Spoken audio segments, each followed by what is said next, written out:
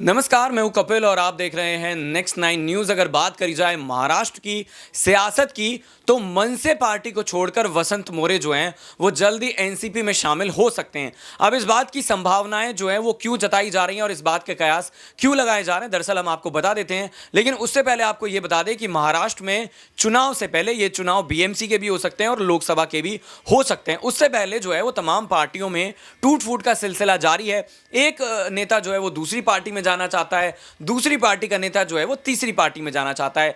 उद्धव ठाकरे की अगर बात करी जाए तो उनसे पार्टी छिन चुकी है। और अगर बात करी जाए मनसे की, जिसके प्रमुख जो है वो राज ठाकरे हैं, तो वसंत मोरे जो है वो लगातार जो है वो पार्टी से नाखुश नजर आ रहे हैं और ये नाराजगी उन्होंने कई बार सार्वजनिक मंच से जाहिर भी कर दी है। बीते दिनों ये देखने को मिला कि जो सुप्रिया सुले हैं, एनसीपी की सांसद हैं, बड़ी नेता हैं, उनकी कार में वसंत मोरे जाते हुए दिखाई दिए।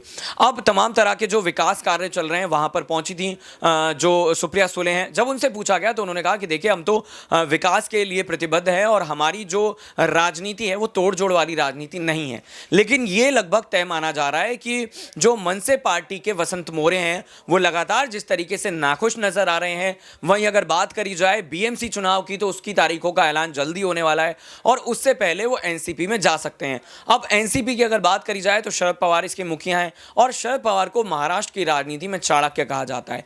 यह भी कहा जा रहा है कि जो पार्टी उद्धव की गिराई गई है, सरकार गिराई गई है, उसके पीछे शायद शरद पवार का भी हाथ हो सकता है। जब उद्धव ठाकरे के इस्तीफे को लेकर सवाल होता है तब शरद पवार कहते हैं कि देखिए, मुझसे तो शरद पवार माफ कीजिएगा उद्धव ठाकरे ने पूछा ही नहीं था, आखिर ऐसा क्यों किया गया।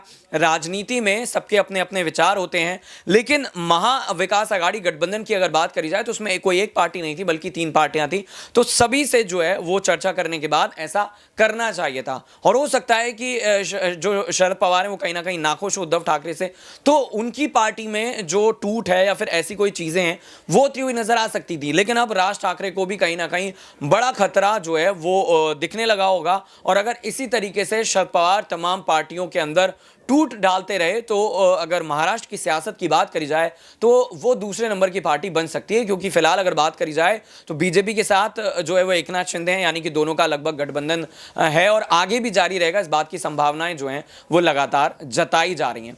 लेकिन आपका इस मुद्दे पर क्या कहना है, कमेंट करके जरूर बताइएगा कि वसंत मोरे जो मनसे के बड़े नेता हैं, क्या वो पार्टी को छोड़ेंगे और शरद पवार की पार्टी एनसीपी को ज्वाइन करते हुए नजर आ सकते हैं। फिलहाल हमारी इस खास पेशकश में इतना ही। नमस्कार।